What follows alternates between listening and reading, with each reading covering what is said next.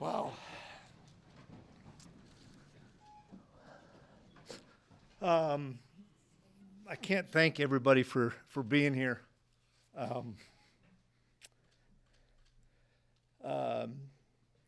it just goes to show me and prove to me that the good guys win, and doing things the right way and doing it with class and doing it with integrity is the right way.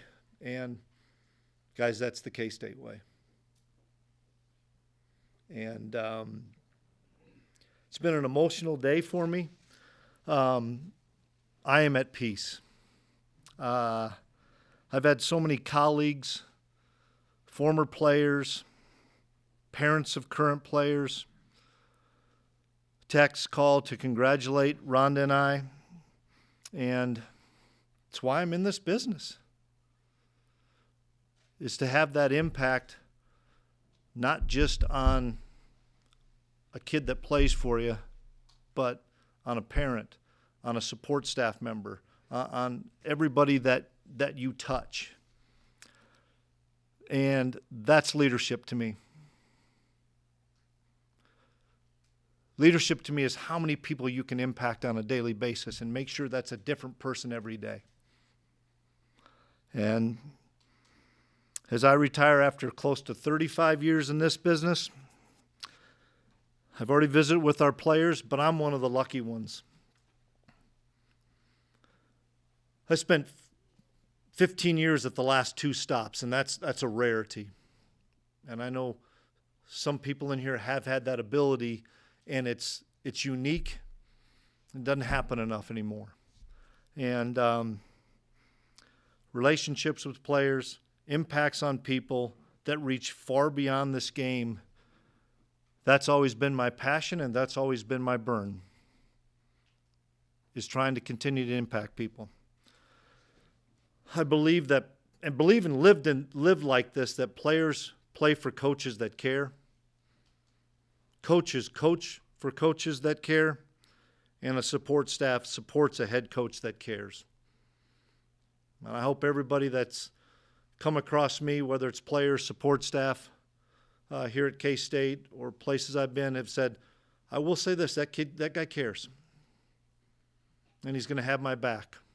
And I'm not going to throw people under the bus, and I'm going to continue to love them. I'm going to challenge the heck out of them, but I'm going to love them.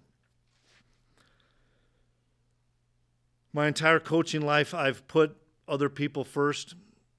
And for the first time ever, I'm putting Rhonda, Devin, Haley, and Colby first. I got to express my gratitude to and thanks to Gene Taylor for believing and entrusting this program to me.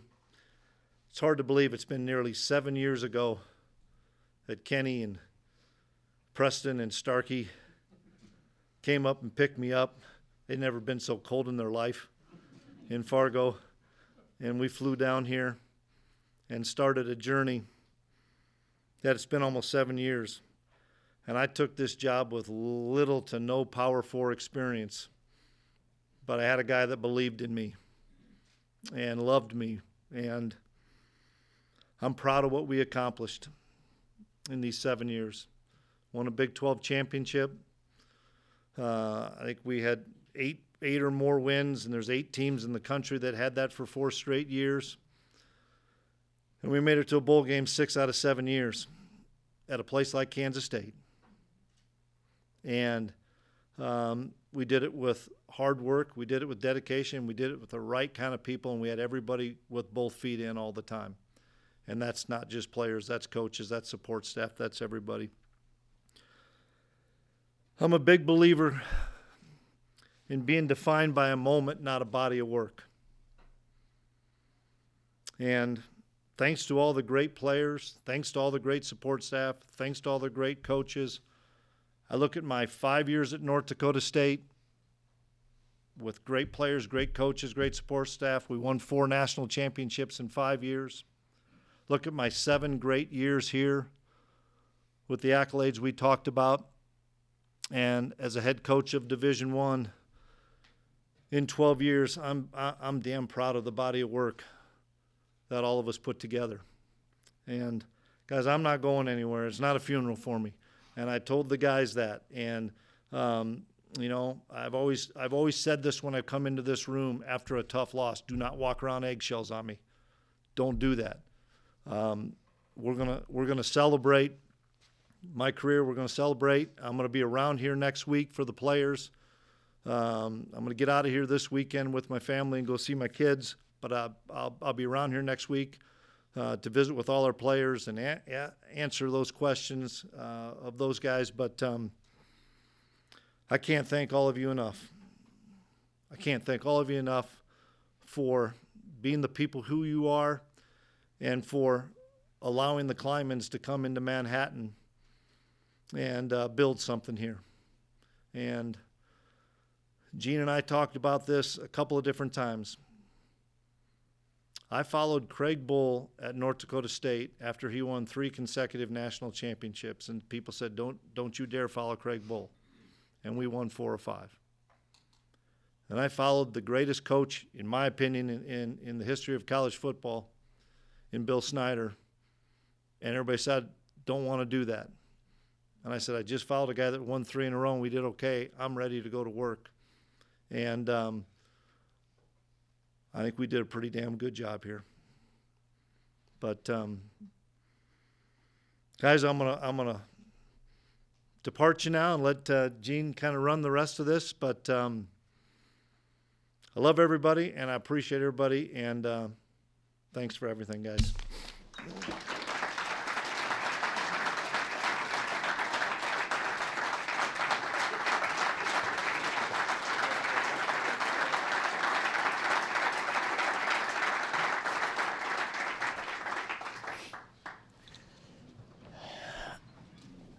God, that guy pisses me off sometimes. He gets up here all stoic. I get up here all emotional. I'm a mess. I've been a mess all day.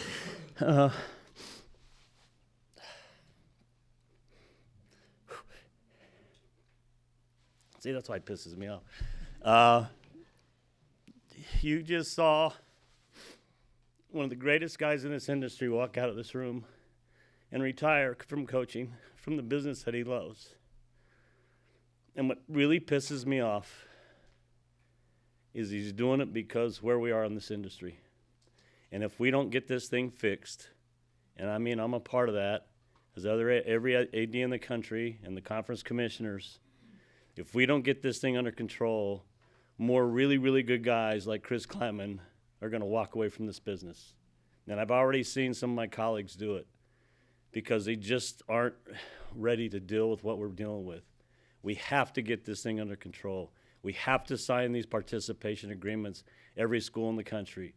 We have to come together and run the business as equally as we possibly can, and right now that's not the case. And people are ignoring the settlement. They're doing things that are outside of the settlement, outside of the agreement, and we need to get it under control. If we don't, more good people like Chris Kleiman are going to leave this business. And I'm going to do everything I can to make sure, in my role as athletic director here and at some of the committees I'm on in the country, to make sure that we figure out this thing out.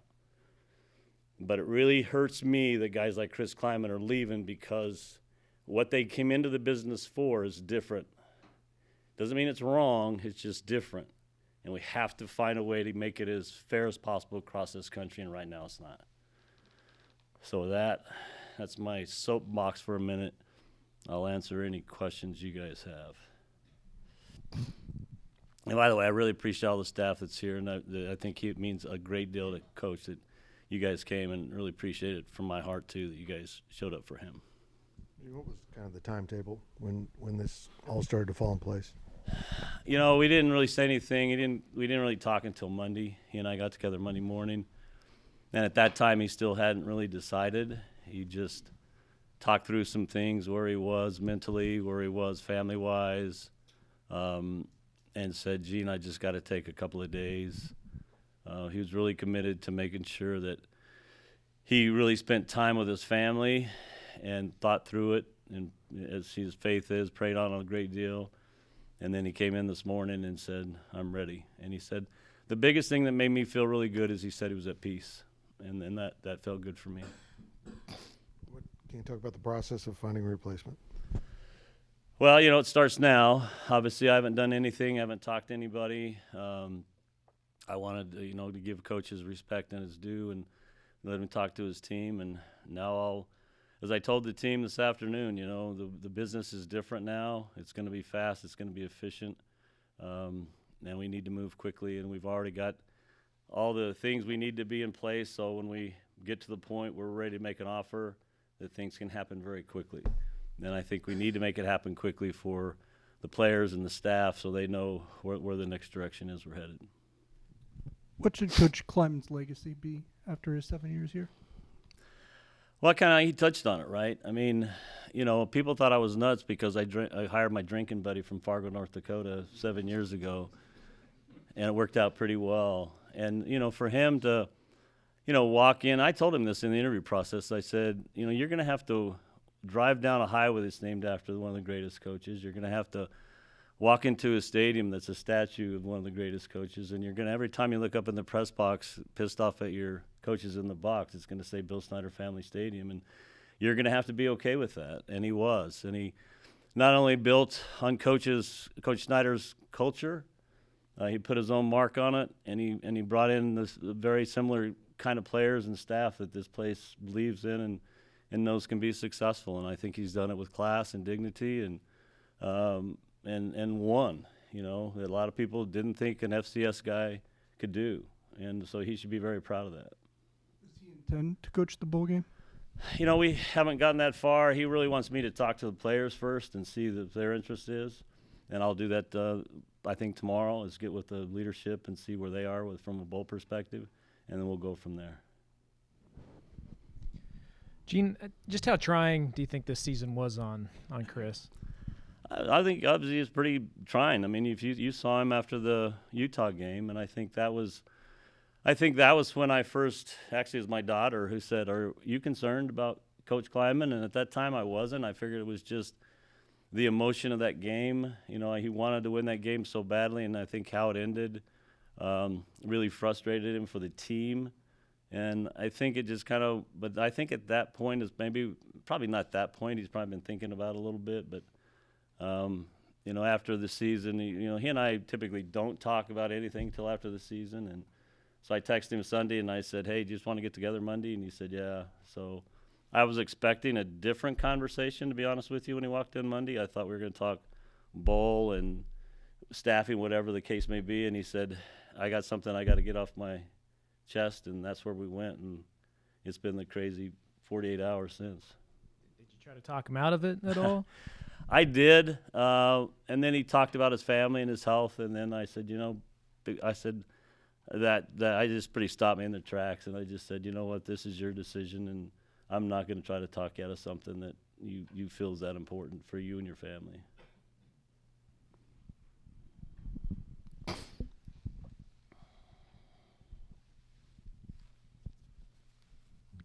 Kind of moving forward with you guys absorbing Wildcat NIL, how do you think that will help in attracting a successor? I don't know that it'll have a major impact. Obviously, they did a great job for us in the interim, not in the interim, in the Wild Wild West. I thought Curry and those guys were great, and they were aggressive. I think for now it's just about what can we do. Obviously the rev share piece, we have that. We're going to meet always have the minimum or the maximum number of rev share dollars, and now it's about going out and finding dollars for true NIL, and I think we have to get aggressive, and I think as a staff we've got a plan in place to do that. But we're, like you said, we're going to do it the right way. We're gonna make sure we're doing things the right way, and that's never going to change here. And then contract-wise for Coach Kleiman, just wrapping it up, is that something that has to be discussed over the next couple days, or do you know? Yeah, I mean, like you said, he's going to be around, and those kind of things, we'll figure that out after he takes some time with his family and comes back next week, and we'll let him visit with the players, let him do his football stuff, and then he and I will get together and wrap that up at some point.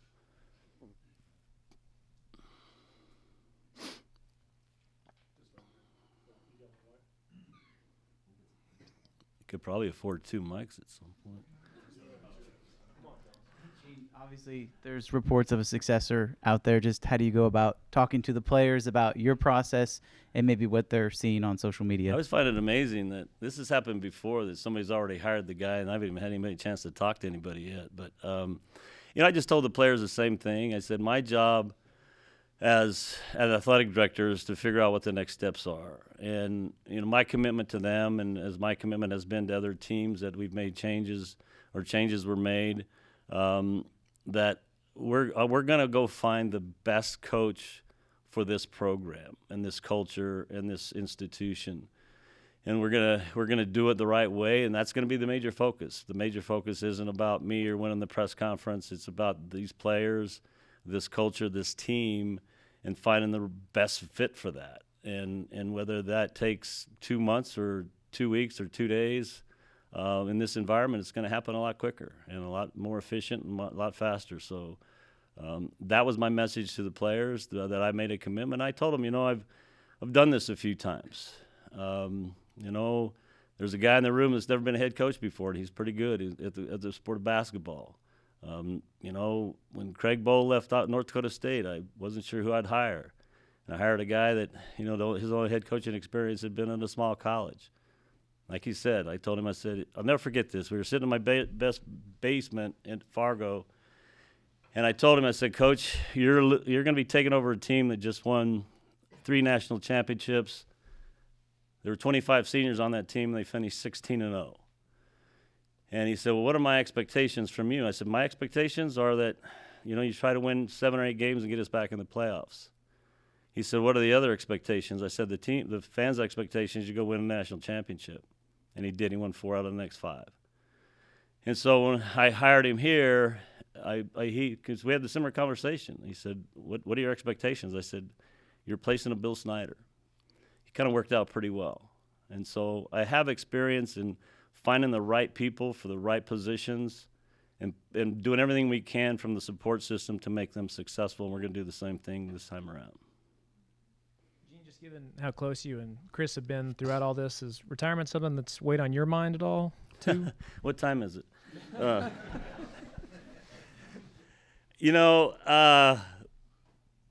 I mean, it has been. I mean, I've been doing this a long time. I'm not, 50 years old anymore, but I'm still committed to doing. I mean, there's a lot of people in this room that I care about, and I want to keep working until I feel that, we have everything in place that we need as a program to be successful. And I think we still have some things we need to do. We've got the rev share, but we've got to keep that going every year. We have to find true NIL and extra NIL dollars. Those are probably the next things we're going to commit ourselves to. And then at some point, I'll look back and say, okay, and I've talked to my buddies who've retired, Gary Bart at Iowa and Bubba Cunningham at North Carolina, and some of these guys, and they said, you'll know when the right time is, and right now I don't feel it's the right time. Have I thought about it? Absolutely. Hell, we bought a home in Arizona, and every time I go out there, I think, this is a pretty good deal. I maybe should probably just stay here for a while. But I'm not ready yet, and I want to make sure that because of where I am in my experience, I have some chance to sit on some committees now that can help make some decisions as an industry that can maybe put us in a place that we're going to be better off. But I'm not quite ready yet. And with the next coach, is there anything you think you'll stress with that person about what it'll take to get this team back to a Big 12 championship level? Yeah, I mean, I think, it's really just finding out from them what they think is what it's going to take. I mean, they're the football coach. I'm not a football coach. And so I'm going to ask the question, what do you think you need? What are some things you're going to need to be successful in today's era? And that's the conversation I'll have with that candidate or those candidates, and say, tell me what you think you need. And my guess is a lot of the things that they think they're going to need, we already have in place. And then from there, it's just, once we make that decision on that coach, helping them put together that staff and the things they need. But I'm not a football coach, obviously, but I understand the culture here and what it's going to take to be a fit in this place, in this wonderful place. And that's the first and most important thing, is finding that right fit. And the rest of the thing kind of starts to fall in place after that. Frank, you haven't retired yet, but you look pretty relaxed back there. Yeah, I guess.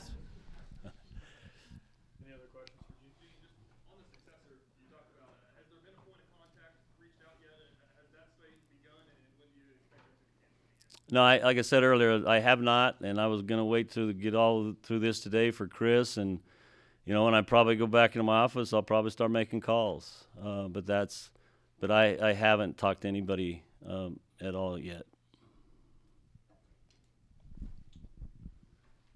Going back to your opening comment or what you said at the beginning, are there enough like-minded people like you to get this business where it needs to be? Yeah, my colleagues in the Big 12, because I put a text out, and I just said, Coach Kleiman, one of the best guys in the business, left, and here's why. And I said, if we don't, and I've got thumbs up from just about everybody in the conference. And I talked to other colleagues in other conferences, and it's just there's so many moving parts right now and so many things out there that aren't accurate. But there are people with really loud voices right now that are trying to keep this thing from being put in the right place. Today in Washington, D.C., they're trying to pass the SCORE Act out of the House. And I'm not going to get way into the details. That could be the first step. It's still got a long ways to go, but we all have to come together and speak off the same sheet of music, and right now that's not quite happening, and there's some pretty loud voices out there that are trying to do some things that aren't in the best interest of the industry, in my opinion. Just how,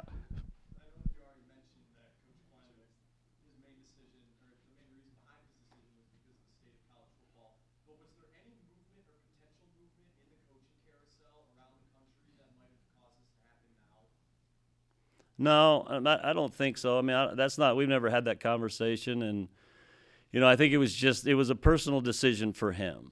It really came down to his family, to where he was mentally, and just really wanting to take a step away from it right now. But it really was more of 100% a personal decision on his part.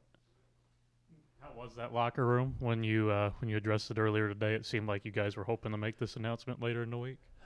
Well, we was here. It wasn't the locker room. We just met with him here. It's quiet. I mean, it's a time of uncertainty for everybody in the room. Anytime there's a change, the players, it was actually that's what he said. He walked in. This isn't a funeral, and the guys were really, really quiet. They were kind of sitting there like that's what they were. And so, they were respectful. And then when I said my piece, we just got up and walked out. I mean, these guys are really good dudes, and they care about the program. And I just ask them to be patient and not do anything, not make any rash decisions.